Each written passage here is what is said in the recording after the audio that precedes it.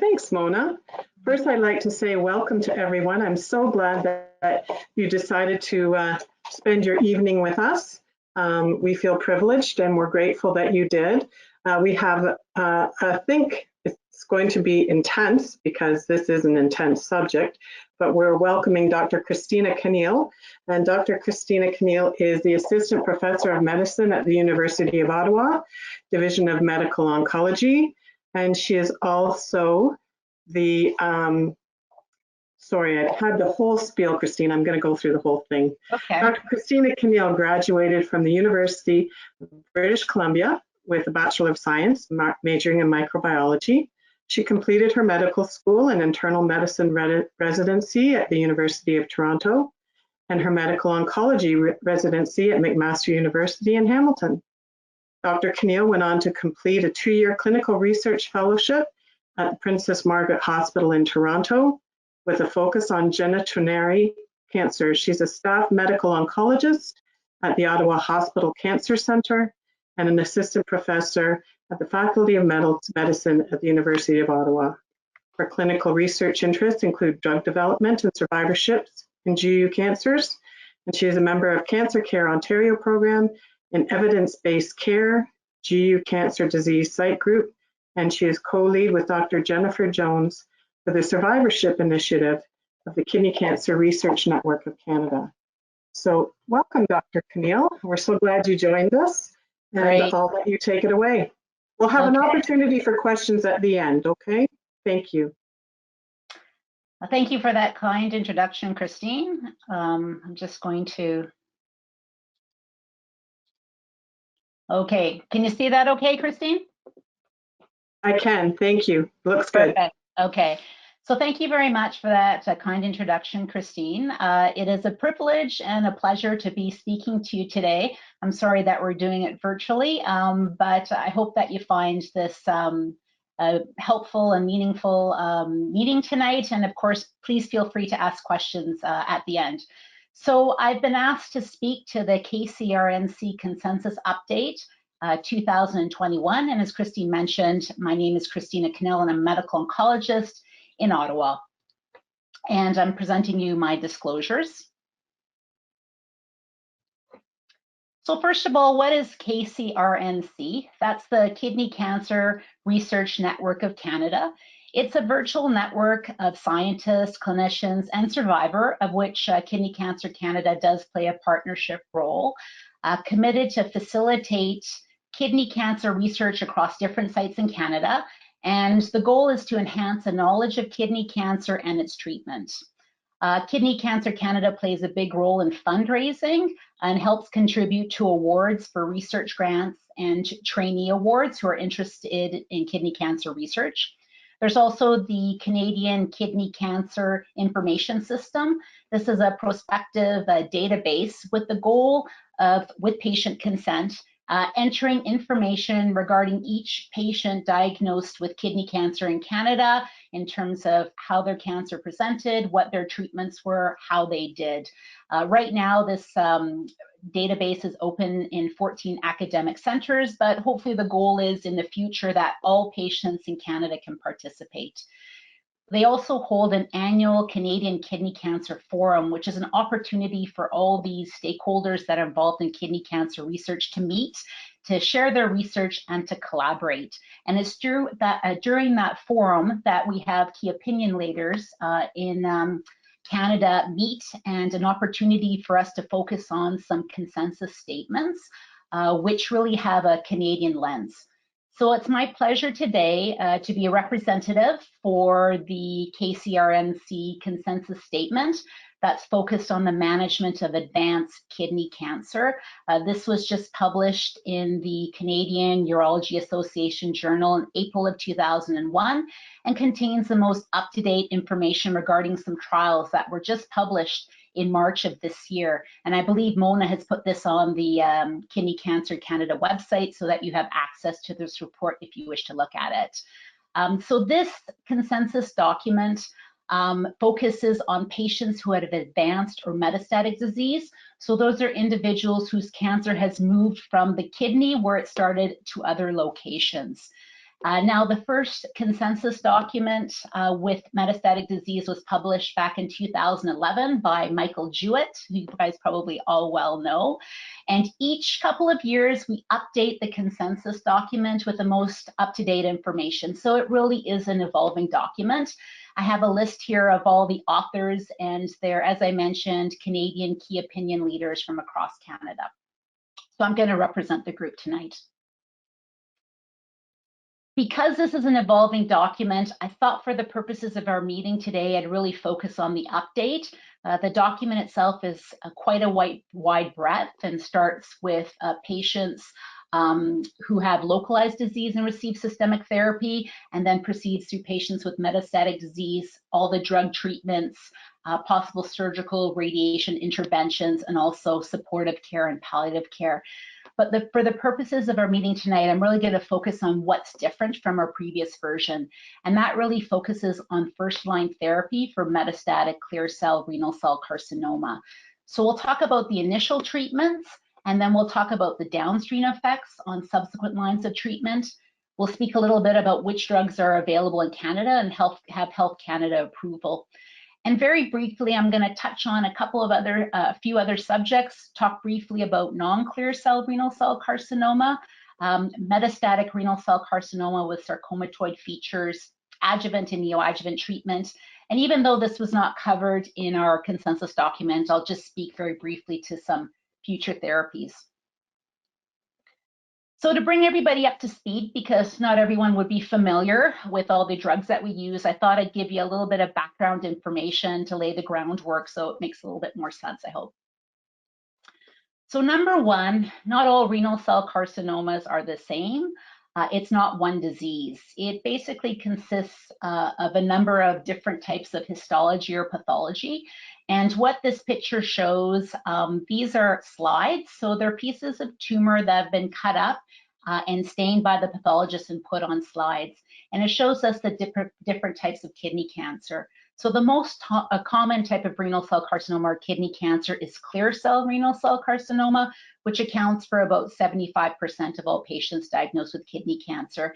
And it's associated with a mutation in the VHL or von Hippel-Lindau's disease. And most of the studies that we're going to be talking will focus on this disease or this histology because it's more common. However, the other 25% of individuals have other histologies, which we call non-clear cell renal cell carcinoma. So this includes papillary type 1 and type 2, chromophobe, oncocytoma. There's also collecting duct, translocation, and unclassified renal cell carcinoma. In addition, these histologies can sometimes be associated with what we call a sarcomatoid variant, which is associated with a more aggressive type of cancer, and we'll speak to this a little bit also. So in addition to differentiating between clear and not clear, metastatic renal cell carcinoma does not behave the same. It can run a very different course. Some people can have a cancer that can grow very slowly over a long period of time, and there's some people whose cancer can be very aggressive and grow quite quickly. And risk factors have been developed to try to categorize or better differentiate the patients to provide them with some information prognostically. That's clues to tell them how things will go. And also this helps to guide treatment decisions. So in some ways it is comparing a little bit of apples to oranges.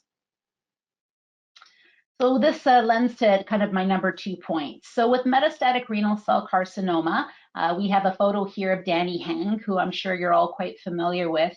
He's an amazing medical oncologist in Calgary, who has become really a leader on the world stage for management of renal cell carcinoma. And he started the IMDC, which is the International Metastatic Renal Cell Carcinoma Database Consortium Prognostic Factors. And what this database is, it basically included patients with metastatic disease, information about their cancer, what the features were, how they did, how they responded to treatment.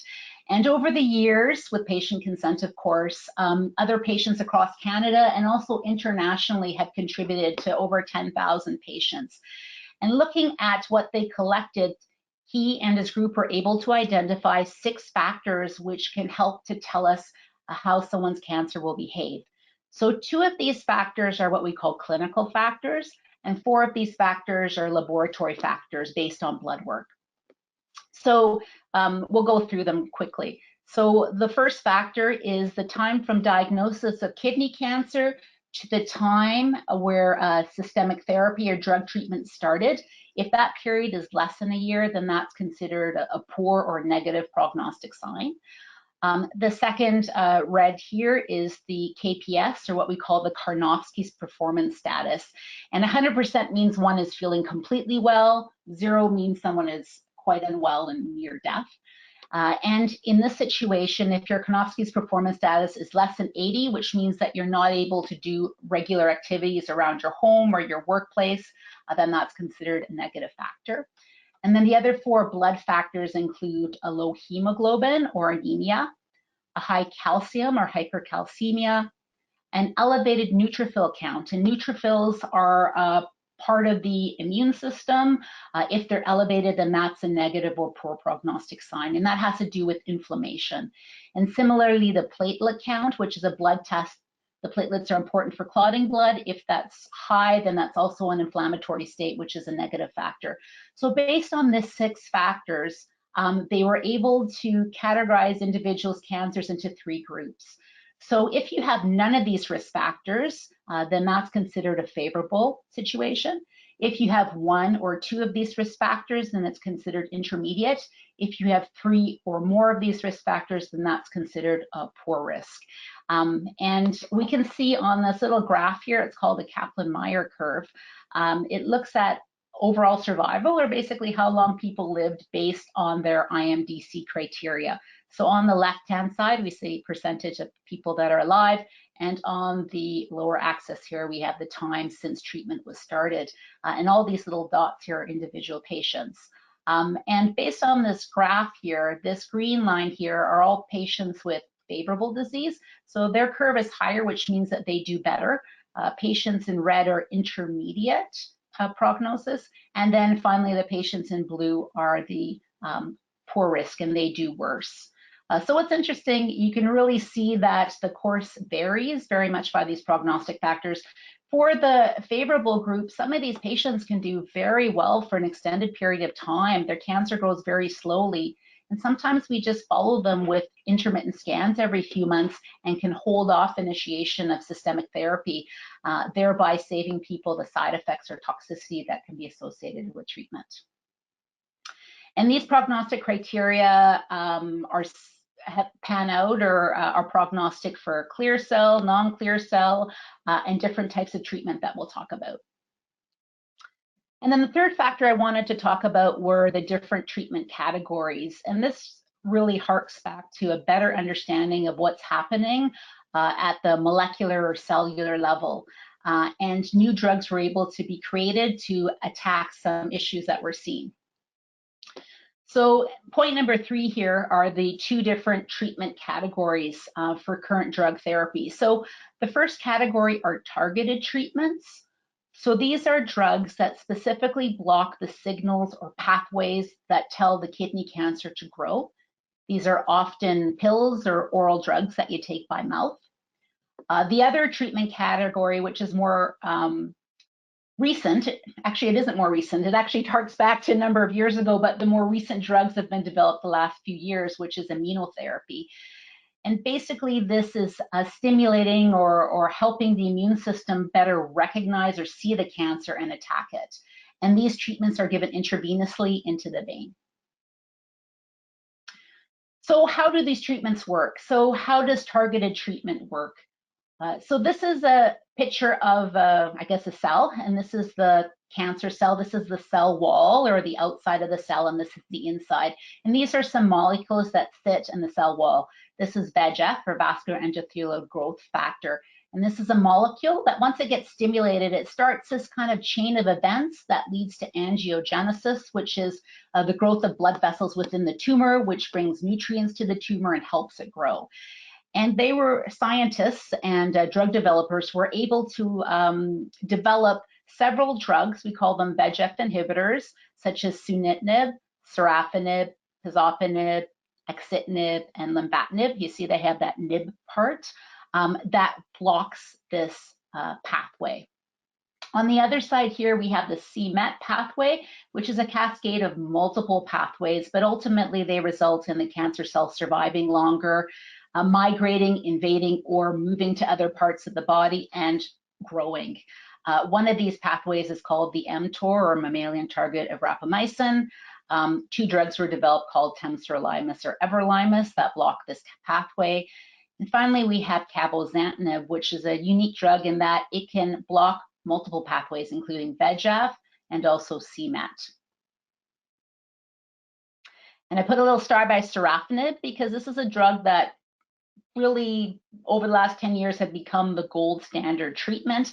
And with a lot of the new studies that we're going to talk about, was considered the gold standard comparator. In terms of side effects of targeted therapy, I'll just go over this very briefly, but of course, any treatment does have side effects. So for targeted therapy such as sunitinib, it can cause high blood pressure, diarrhea, it can cause irritation of the skin of the hands and the feet, tiredness, mouth sores, some mild nausea, elevated liver enzymes. So these are the things that we are looking out for in treatment. And there seems to be data that shows that, you know, if you start to get a few of these side effects, that actually is a good thing. It means you're at the right dose. In terms of immunotherapy, how does that work? So I've got a little cartoon here. So the immune system consists of cells, and what their job is to basically eliminate foreign or stuff that shouldn't be there. So for example, infection, or if our normal cells have mutated and are no longer functioning properly, which is what happens with cancer. What happens in kidney cancer is the immune cell and also the cancer cell touch or contact. And what the cancer cell does is it basically touches a stop button on the immune cell and stops it from working or attacking. And what immunotherapy does, such as checkpoint inhibitors, they're little antibodies that basically block this interaction and take off the brakes on the immune system. This results in the immune cell reactivating such that it can attack the cancer and kill it. And some of the immune or immunotherapy drugs that we have available that have activity in kidney cancer include ipilimumab, nivolumab, and pembrolizumab. In terms of side effects of immunotherapy, because we're stimulating the immune system, this can cause an inflammatory state. And what can happen is that other organs of the body can become inflamed, and it can result in side effects, including inflammation of the lungs, which is called pneumonitis, inflammation of the bowels, which is called colitis and cause diarrhea. It can cause issues with thyroid function. So basically, any part of the body can get inflamed, not at the same time, and it's hard to predict who will have what side effects. But this inflammation or side effects are treated by dampening the immune system by giving high doses of steroids. This is a figure that shows the, I guess, evolution of the treatment landscape for metastatic renal cell carcinoma over the last 16 years. And it's really incredible to see the number of drugs and the changes in treatment due to evolving research, clinical trials, and of course, patient participation. So back in 2005 was the start of the targeted therapy era. We have sunitinib, as I mentioned, has become a gold standard treatment, which a lot of trials are compared to.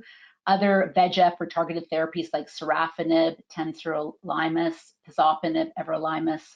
And then around 2015, we have the introduction of immunotherapy with nivolumab. Here are some other targeted treatments that were developed.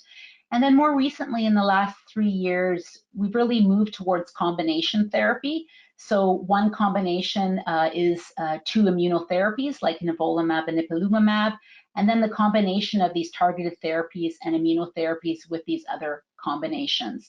And this is kind of where we're at right now at 2021. So back to our consensus statement. With that bit of background, hopefully that'll help to make some of the parts of the talk that we're going to go through a little bit easier to understand. So on the consensus statement, the update really focuses on some new studies that were conducted. So these are phase 3 studies, which means that we're comparing new drug combinations to the standard of care, which is Sutent or sunitinib. And these are studies of first-line treatment. So it means the first time that people have received any drug therapy for their metastatic or advanced renal cell carcinoma. And these trials focus on patients with that clear cell histology.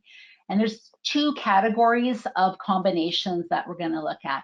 So the one category of combination are two immunotherapies, and then the other category of studies are a combination of immunotherapy and targeted therapy. So one study that we discussed is a Checkmate 214, and this is a study of ipilimumab and nivolumab versus sunitinib. Now this study is not new, but it has been recently updated, and that's why I've highlighted it in this teal color. And what the study has shown us is that even after patients have been on treatment for over 4 years, almost half of them are still doing well and are alive. Many of them are still receiving treatment, which is a very favorable outcome. And so this study has the most data to support it. Now, what's a little bit different about this study is that they opted to focus this study on patients with that intermediate and poor prognosis IMDC risk. So these are patients that have worse outcome. The ipilimumab and nivolumab was used almost exclusively for that patient population. So that was the focus of that trial. On the other hand, with the immunotherapy and targeted therapy, we have 5 drugs that look, or 5 studies, I should say, that look at this idea or concept. So there's the Emotion 151, which is bevacizumab, which is immunotherapy plus axitinib. Again, these are compared to our gold standard of sunitinib. The Javelin Renal 101, which was avelumab plus axitinib versus sunitinib. Now, both these studies were in our previous edition, and there has not been any new updated information. The third study is the Keynote 426, which is of pembrolizumab and axitinib versus sunitinib. This study was updated. It has more follow-up data of about 30 months and also continues to show good responses. And then the 2 new studies which we have in green are the Checkmate 9ER, which is a combination of nivolumab and cabozantinib versus sunitinib, and the CLEAR study, which is a little bit different because this study has actually 3 arms. The first arm is the combination of immunotherapy and targeted therapy, which is the pembrolizumab plus lenvatinib versus sunitinib. Then the other second arm, which is lenvatinib plus everolimus. These are actually 2 targeted therapies, a VEGF and an mTOR inhibitor versus sunitinib. And then the third arm was sunitinib itself. And these studies have just been recently published in the last few months in the New England Journal of Medicine, which is a very prestigious medical journal. What's a little bit different about these studies is that they included patients with all the IMDC risks. So included patients with favorable, intermediate, and poor risk. So when we're assessing patients with metastatic renal cell carcinoma, or are there any metastatic disease, the outcomes that we're interested in, and I think patients are interested in too, are these treatments going to help them live longer and keep the disease under control? And also, are they going to help them at least maintain or improve their quality of life? Many of these studies have different endpoints. Some of them look at just trying to delay the disease. Others focus on overall survival or living longer. And so what I've done is I've scratched out the studies or the arms that did not show overall survival. And so for the purposes of the KCRNC tables that I'm going to show you, we really focus on these 3 trials, the ipilimumab and nivolumab, and then these 3 studies, so I guess it's 4 studies, because these are the studies that show improved overall survival. Patients are living longer with these combinations. So this is the first table that we have in our KCRNC consensus document. This is table number 1, and I've kind of cut the first half, which looks at first-line treatment for advanced clear cell renal cell carcinoma. And I just wanted to bring to your attention that throughout the document, we really focus and encourage participation in clinical trials. because it's really important that we do better and try better, not only from the medical perspective in terms of the physicians encouraging, but also for patients. We really appreciate you guys participating in clinical trials because we're always trying to do better. With this table, we're dealing with patients who are untreated, who have not had any prior therapy. And patients are divided into the two categories: favorable risk, and those are the individuals with those IMDC criteria talked about that have no risk factors. And then the second category are those patients with intermediate or poor risk. And we have two columns. This is our preferred column, and then we have the options column. So in the preferred column for the favorable risk, we have those 3 studies that I showed you on the previous slide, which include all the IMDC criteria. So all 3 of these studies include a combination of immunotherapy and targeted therapy with a VEGF inhibitor. So these were our preferred options because all these studies show overall survival benefit. For the intermediate and poor risk IMDC criteria, these same 3 studies apply because these studies also included intermediate and poor risk disease, but we've also included the ipilimumab and nivolumab because that study included primarily patients with intermediate and poor risk disease and also showed overall survival. So this is the rationale for our preferred column.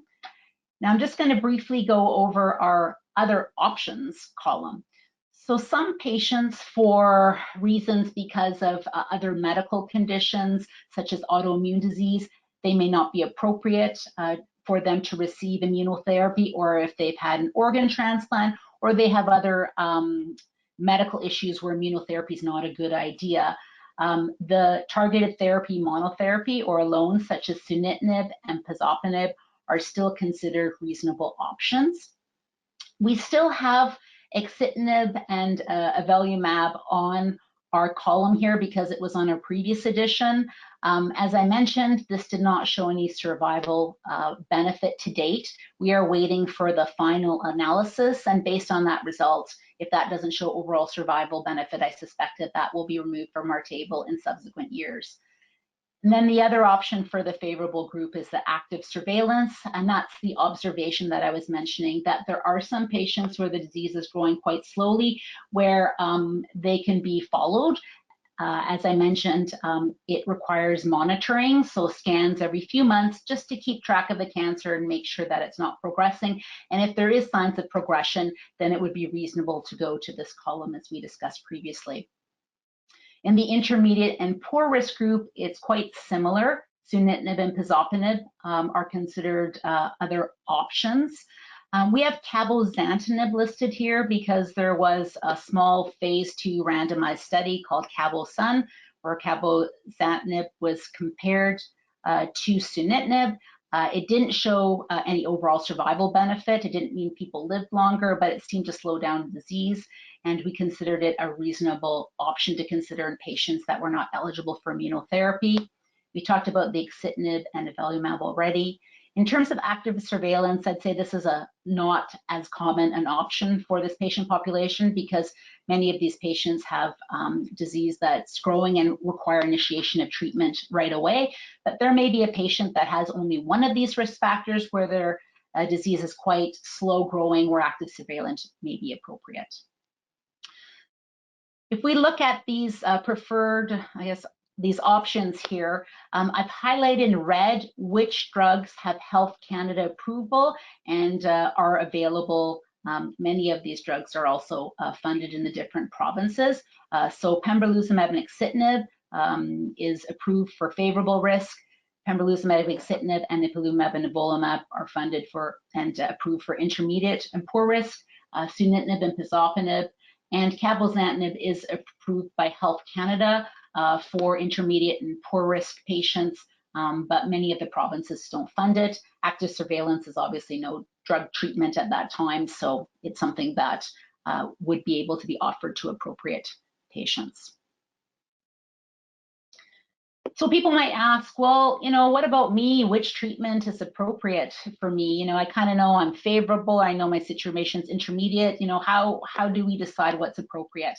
So there are many factors that need to be considered, and really it's a treatment that needs to be individualized. So it involves a sit-down discussion between the patient and the physician to talk about their individual situation. Obviously, this is not in isolation. On the side of the patient, they have their support group, their family and friends that are helping them during their cancer journey. And on the side of the physician, there should be a multidisciplinary team behind that. That includes the urologist, radiation oncologist, radiologist, pathologist. Often for challenging cases, we have what are called tumor board rounds or multidisciplinary conferences where we review cases and we tried to come up with what we think is a best approach. There's also allied healthcare workers like pharmacists, nurses, physiotherapists that are part of the healthcare team that are also supporting the doctor and the patient. Factors that need to be taken into consideration is the kidney cancer itself. We talked about clear and non-clear. We talked about the IMDC criteria. It depends on how rapidly this cancer is growing, how many sites it's spread to. Is it involving areas which are causing the patient a lot of symptoms? It's the type of cancer that we need to get under control right away. In terms of the treatment, we talked that there are different options. There has to be evidence-based for evidence to use the treatments. The different treatments have side effects. Some treatments, as I mentioned, may cause more shrinkage. Other treatments, if you respond, you can respond well for a very good time. And then also there's patient factors. How fit is the patient? Do they have any other medical issues? What's the patient's preference? So these are all factors that need to be taken into consideration. The clinical trials that we reviewed, there's been no head-to-head studies comparing doublet immunotherapy to the combination of immunotherapy plus targeted therapy. So really the treatment needs to be individualized based on the patient profile, the disease characteristics, and each agent or treatment should be chosen to optimize and obtain the best results, with multidisciplinary care being very important. So what about treatment options after patients receive first-line treatment and say the treatment works for a while and then stops working or doesn't work at all? What are the options after that? So this is the other half of our table one. And again, we really encourage participation in clinical trials. For patients who have received prior targeted therapy or a VEGF treatment like sunitinib and pazopanib, so these would have been patients that would have been started a few years ago before we have these most recent trials that we discussed. We have a better understanding of what sort of treatments would be good for them based on phase 3 randomized trials. So there have been a couple of trials of nivolumab, which is an immunotherapy, and cabozantinib, which is a targeted therapy after a VEGF inhibitor that shows survival benefit. So that's why they're in the preferred column. In terms of other options, there's combinations like lenvatinib plus everolimus, axitinib and everolimus. These are primarily phase 2 studies that did not necessarily show overall survival benefit, so that's why they're in the kind of options section. In terms of prior immunotherapy, such as a dual immunotherapy like ipilimumab and nivolumab, or one of these combinations of immunotherapy plus targeted treatment, we don't have as much information about what the best treatments are because there have been no randomized phase 3 studies to tell us what the best treatment is. And that's why for these two treatments, when we look at other options, we don't have a preferred or an options category because we don't have enough information to state that. So we've listed drugs where there is data primarily from small phase 2 studies or data through real world analysis, such as the IMDC database or the CCAS database, whereas more patients are treated with doublet immunotherapy, we're seeing responses. So this is going to be an evolving field, and hopefully over time and participation in more clinical trials, we're going to have a better understanding of what are the right treatments for specific individuals.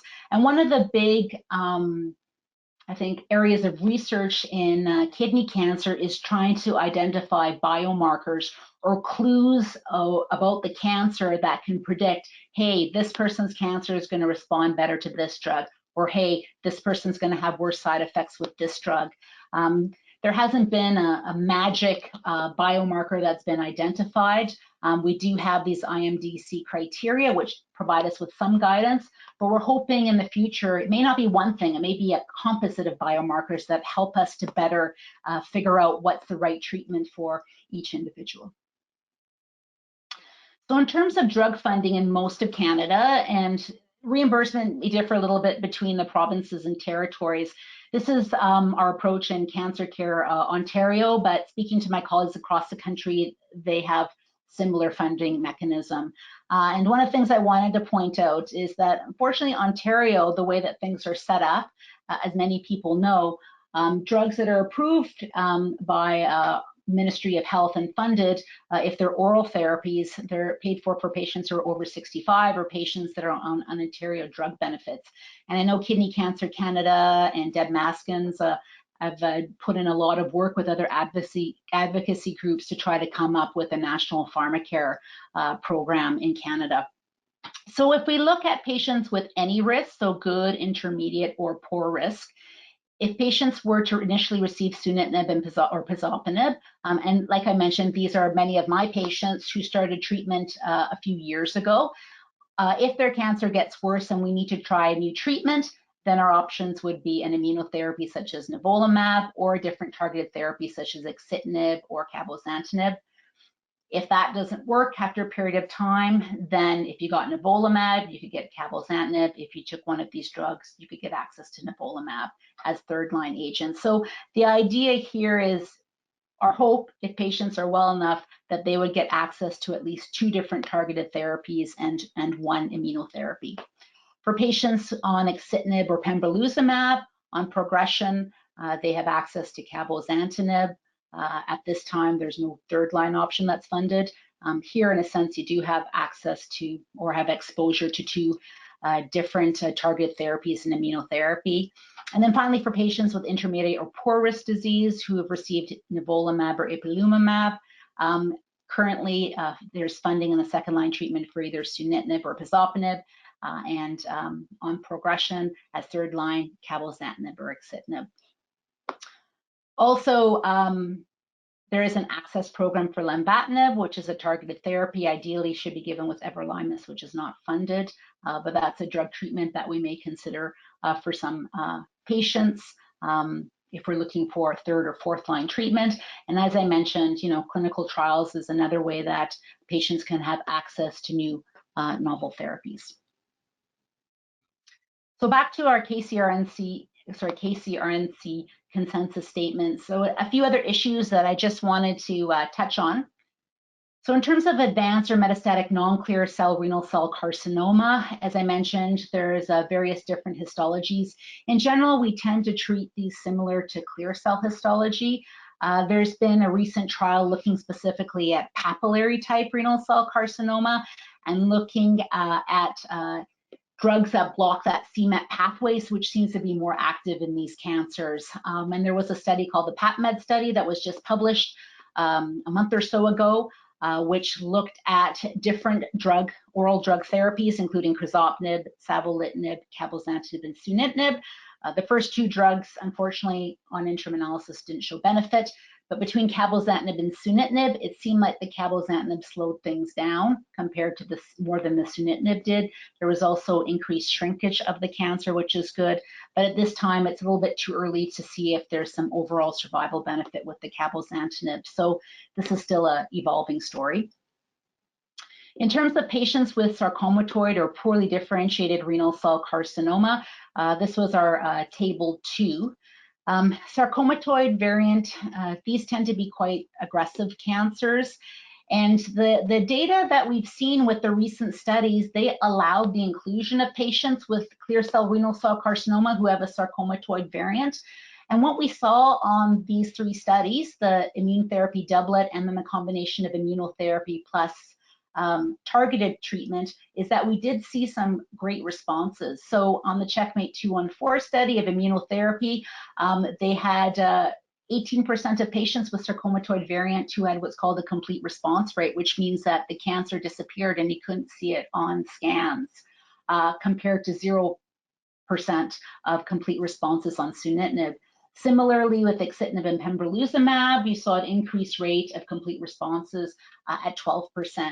And with nivolumab and cabozantinib, we saw that the cancer was not progressing as rapidly. So these studies are showing us that immunotherapy should be playing part of a role for patients with this sarcomatoid variant. And finally, for patients with for patients with localized disease, the story about adjuvant or neoadjuvant therapy.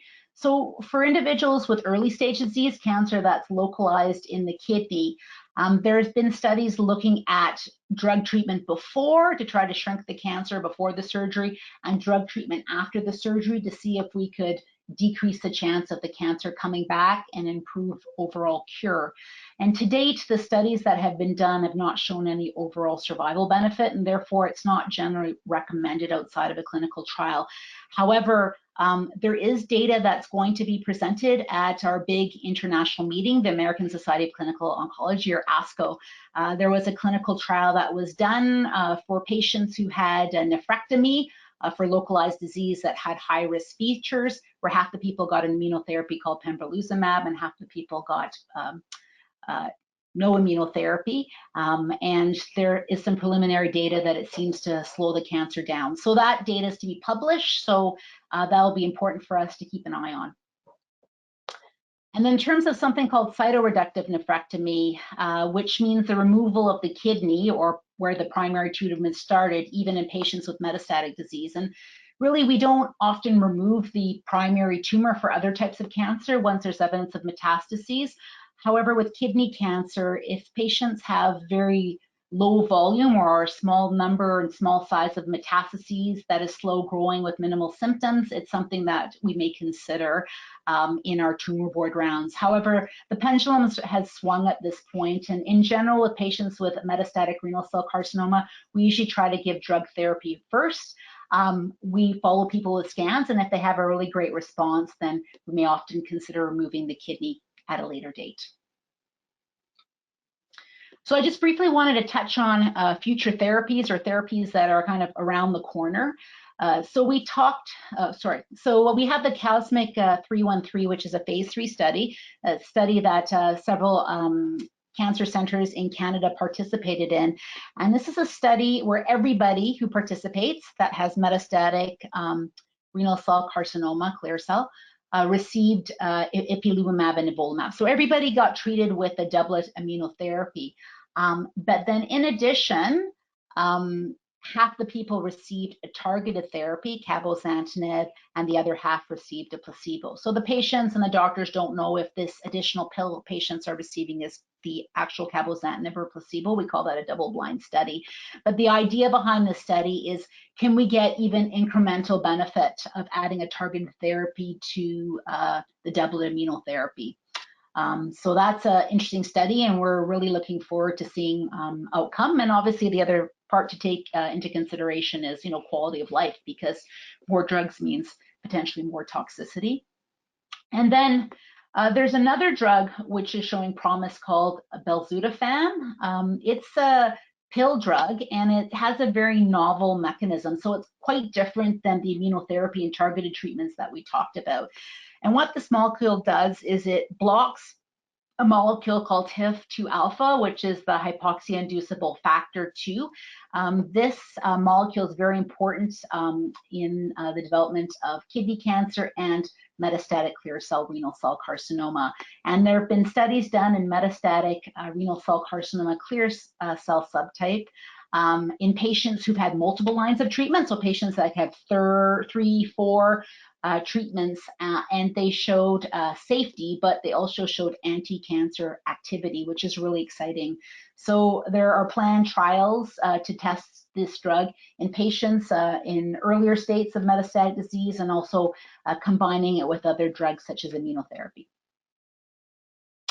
That was my kind of whirlwind tour. I just wanted to thank you all for attending, and I really wanted to give a shout out to Kidney Cancer Canada. I think it's really an amazing organization. Has done so much for kidney cancer in Canada over, gosh, the past probably 15, 20 years or even longer. And, you know, we've been going through this journey together. So I really wanted to thank Kidney Cancer Canada for everything they do. And I really try to make sure that my patients know about this organization because I really think it's beneficial.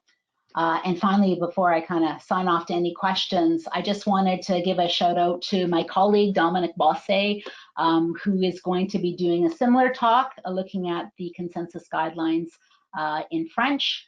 You know, for those who wish to hear a talk in French, and Dominic is a very dynamic speaker. I have the privilege of working with him in Ottawa, and he worked with Tony Choueiri and the Dana-Farber for his fellowship. So he's really going to be a champion for renal cell carcinoma in the next few years. Thank you. Oh, Christina, thank you so much. That was so much information, jam-packed, but you made it in easy to understand language for myself and the patients that are viewing tonight. So much appreciated for your dedicated work and in research and with us, because I know you've worked with us many times before. So thank you so much. That's a pleasure. And, Mona, we might have some questions. Mona, you're welcome to join us on screen if you like, and you can relay questions that way. And there might be a couple of other questions that I might have as well. Go ahead, Mona. Yeah, I do have one first question. Is there any guidelines to diagnose early kidney cancer and not wait till it's advanced? Example, blood test or urinalysis? Yeah, that's a great question. So I think it's a question about screening. Hey, is there any tests that should be done to pick kidney cancer up earlier? Because you're right, it is much better to be dealing with kidney cancer that's localized to the kidney and not waiting until it's metastasized or spread. This is a patient population that I don't treat. It's primarily the urologist. And to be honest with you, by the time people develop symptoms because of their kidney cancer, sometimes it's already metastasized or spread. And sometimes we pick up early stage kidney cancer by tests that are done for other reasons. For example, if someone does a gallbladder surgery and has an ultrasound, sometimes it can be picked up what we call incidentally. So in general, there aren't any screening tests that we recommend for the general population. However, you know, if you have any symptoms like blood in the urine or pain or discomfort in the flank, by all means, you should seek attention from your family physician for further investigations. The other thing is that there is research being done for patients who may have a family history of kidney cancer. And so for people diagnosed with kidney cancer who has certain features, for example, if they're a young age, less than 45, if there's kidney cancer found in both kidneys, if we find one of these unusual or different histologies like the non-clear, we do recommend that patients are referred to a genetics program where they can be offered testing to see if their kidney cancer is due to a mutation that could be potentially inherited by a family member. Now, this is lower percentage. It's about probably in the range of about 10% of patients with kidney cancer, but it's important that if there are these suspicious features, that the patients have the option of being referred to a genetics program. And if you have a family history of cancer and one of these genetic mutations are found, then you need to speak to your physician to see if there are any additional tests that may need to be done for screening for that specific patient population. Well, Christina, I'm so glad that you brought that up. Thank you so much, because that is a question that's regularly asked by our patient community and about genetic testing, and you've given great guidelines for us to follow. So thank you for addressing that. Yeah, actually, through the KCRNC, there is actually a publication published by Neil Rayom. It's in the CUHA, which has a nice table that we follow that kind of outlines who are the patients diagnosed with kidney cancer who should be considered for genetic referral. Oh, that's great. I'm going to check that out, and maybe we can put that up on our website. On the kidney cancer website. Yeah, thank you. Mona, do you have another question? Yes. Is there, okay, I don't know about this treatment, so I'm just gonna spell it out, okay? Is there any possibility that HDIL2 treatment will return to Canada? Okay, so yeah, so that's high dose interleukin 2. Mhm. Yeah, so that's a great question. So I have I guess high dose interleukin 2 is basically a biologic or immunotherapy. So when we talk about immunotherapy like ipilimumab and nivolumab, those are novel new agents, but actually immunotherapy played an important role for kidney cancer dating back decades ago. And so what was recognized is that with kidney cancer, it was something to do with the immune system not working properly. And there were cases of people that could suddenly have what we call spontaneous remission. It was very rare. It was only in a few percent where the cancer would disappear and then it would come back. So people suspected that maybe the immune system was kicking in. And when we did biopsies of kidney cancer, we found lots of white blood cell or inflammatory immune cells in there. So that was kind of another clue.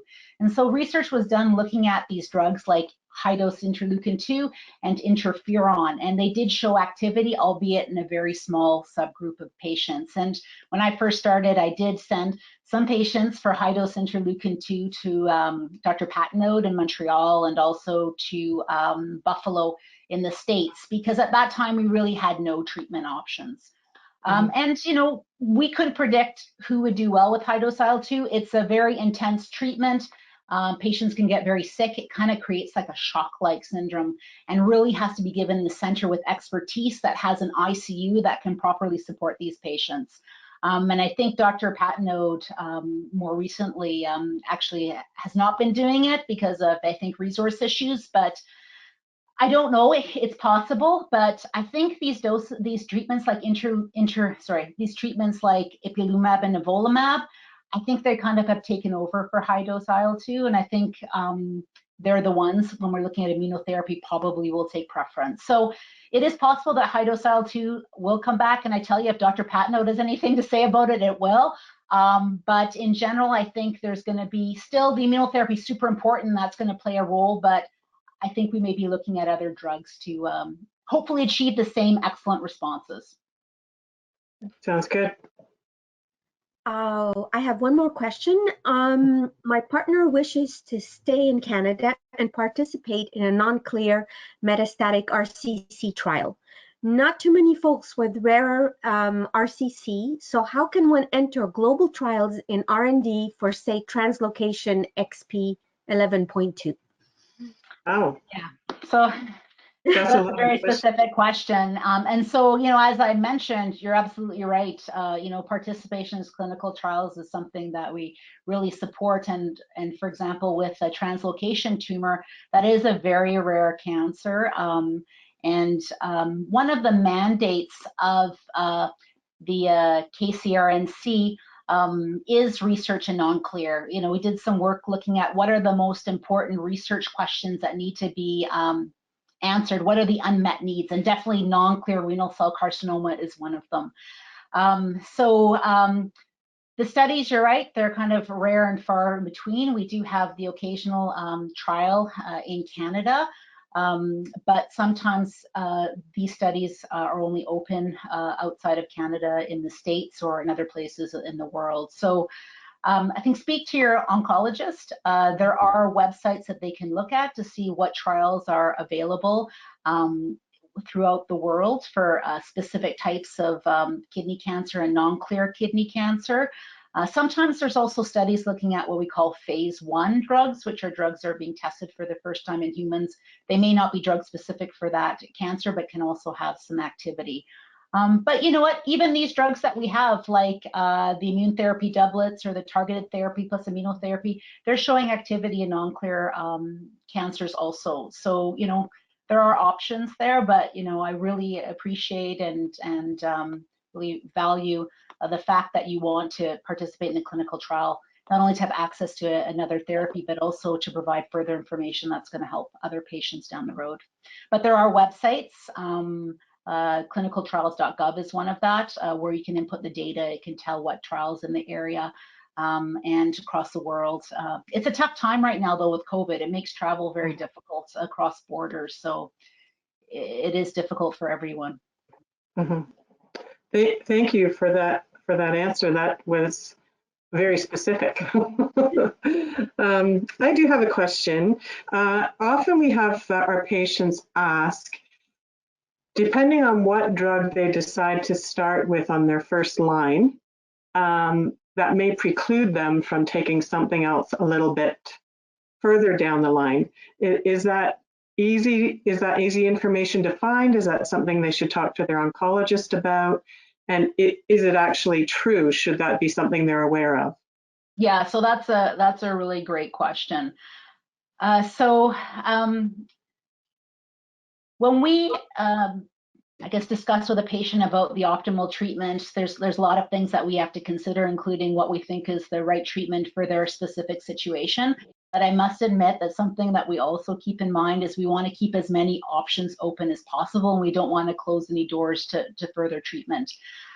For some patients, if their situation's dire and they need immediate treatment, sometimes we'll go for a drug therapy which has the best chance of working immediately and going to shrink down the cancer. For other people, we can choose a different pathway that maybe leaves more doors open.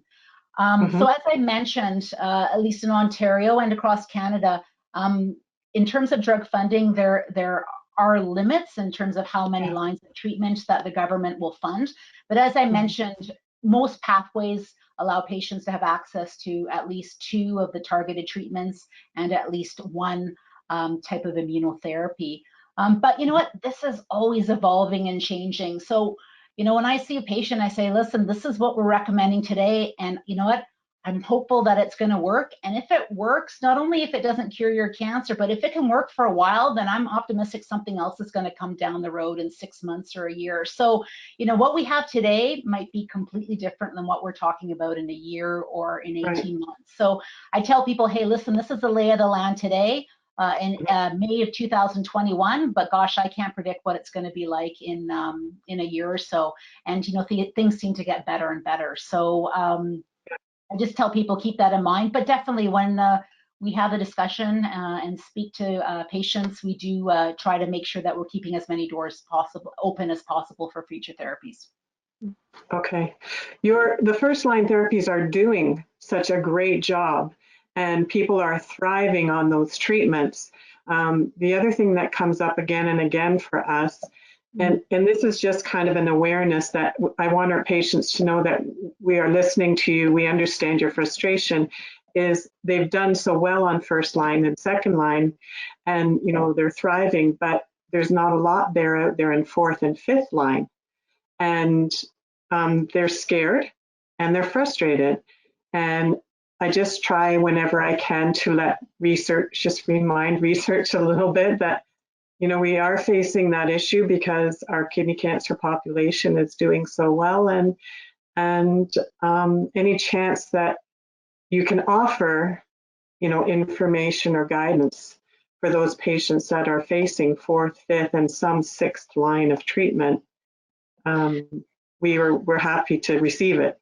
Yeah. I mean, the first thing is it's amazing that we're even having this discussion, right? Yes. Because, you know, when we think back 15 years ago, you know, oh my God, sunitinib and that was, or pazopanib, and that was about it. And so now we are talking about our kidney cancer patients receiving multiple lines of treatment. Yeah. So, you know, as I mentioned, there are some new, not only combination treatments, but there are some new novel agents that are coming down the pipeline. So, you know, I'm optimistic that these are treatments that are going to have activity in kidney cancer, and there are going to be other lines that are going to be available. So, you know, the wheels of research are turning, and that's why I want to mention, for example, that anti-HIF, the HIF alpha 2 blocker. It may not be first-line treatment, but maybe for patients who have progressed on immunotherapy and targeted treatment, it's something completely different that the cancer has never seen. And you know, what our goal is, you know, ideally we'd love to cure cancer. That would be our first goal. But you know, the other goal is we're trying to help people live as long as possible and make this kidney cancer a chronic disease, just the same way as we don't cure hypertension, we don't cure diabetes. But if we can help people live longer and get to those multiple treatments And what we're really trying to do is we're trying to make each treatment that each patient gets the most out of each treatment, that we really stretch it out as much possible. And part of that is good toxicity management. So the wheels of research are turning. There are new drugs that are coming down the pipeline. And I think one of the keys too is finding out which drugs work well for which people, right? So exactly. Maybe you don't need 2 or 3, maybe you don't need 4 lines of treatment. Maybe you just need 2 really good lines that are going to work against your cancer and keep it under control for longer. Exactly. We tell our kidney cancer patients, kidney cancer is so unpredictable and everybody seems to react differently to treatment. So it's amazing. And I have been around in this business for a little while, and the changes that have come not only in the last 5 years, but the last 2 years have, been unbelievable. What's become available so quickly for our patients. So thank you to you researchers. And thank you to those that are doing the clinical trials. Yeah, thank you for the patients and the families for participating, because clinical trials, it's extra work, it's extra visits, it's extra tests.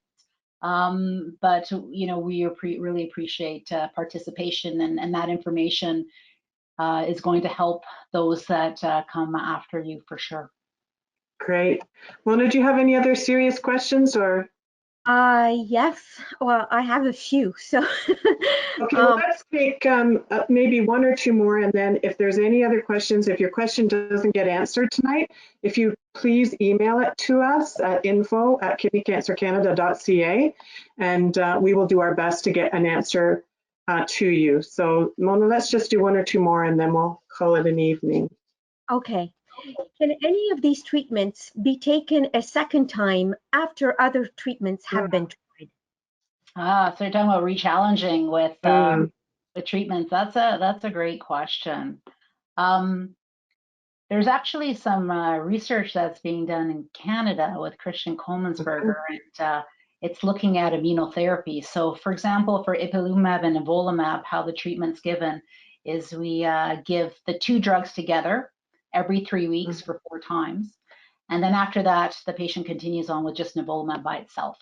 And they're on that drug for as long as it keeps working. But Christian is doing a project or a clinical trial, which is looking at patients who are on that maintenance phase of nivolumab and trying to re-challenge them with ipilimumab. So seeing if getting the additional boost of the ipilimumab, if they could kind of reactivate the immune system to better recognize the cancer again. So yeah, that's a great question. So there seems to be some precedence in certain situations where maybe because the cancer or the body has been away for the drug, it can kind of resensitize to that. Part of the issue is funding, because often the government, once a drug's been tried and deemed to no longer be effective, they will not let us re-challenge, which can be difficult for patients that rely on drug funding. Some patients have private insurance, so there are situations where we may retry again. But yeah, those are few and far between. But that's a great question. And so much research that needs to be done to really understand that further and what causes resistance. And the last one, is it known why immunotherapy seems to be not successful in the majority of patients? So when we look at the trial of ipilimumab and nivolumab, the response rate for all patients was about 40% that had a response. When we look at patients whose cancer progressed on immunotherapy, it was probably in the range of about 17–18%. So quite a few people do respond to immunotherapy, and it may help to keep the cancer under control. But there are a group of patients where it does not work. And then we're looking at alternative treatments like the targeted treatments that we talked about. And we wish that we had, and that's in the first line treatment. So I should kind of specify that. And in the second line treatment, like in patients who have had Sutent or pazopanib, immunotherapy like nivolumab works in about 25% of patients. So that's a great question. So we wish we had biomarkers or ways that we could say, hey, immunotherapy is going to work for this patient and their cancer, and they should have that.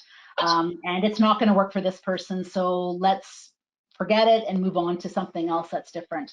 So the bottom line is we don't understand. They've looked at something called PDL testing, which is a little marker that's on the surface of the cancer cells and also on the immune cells.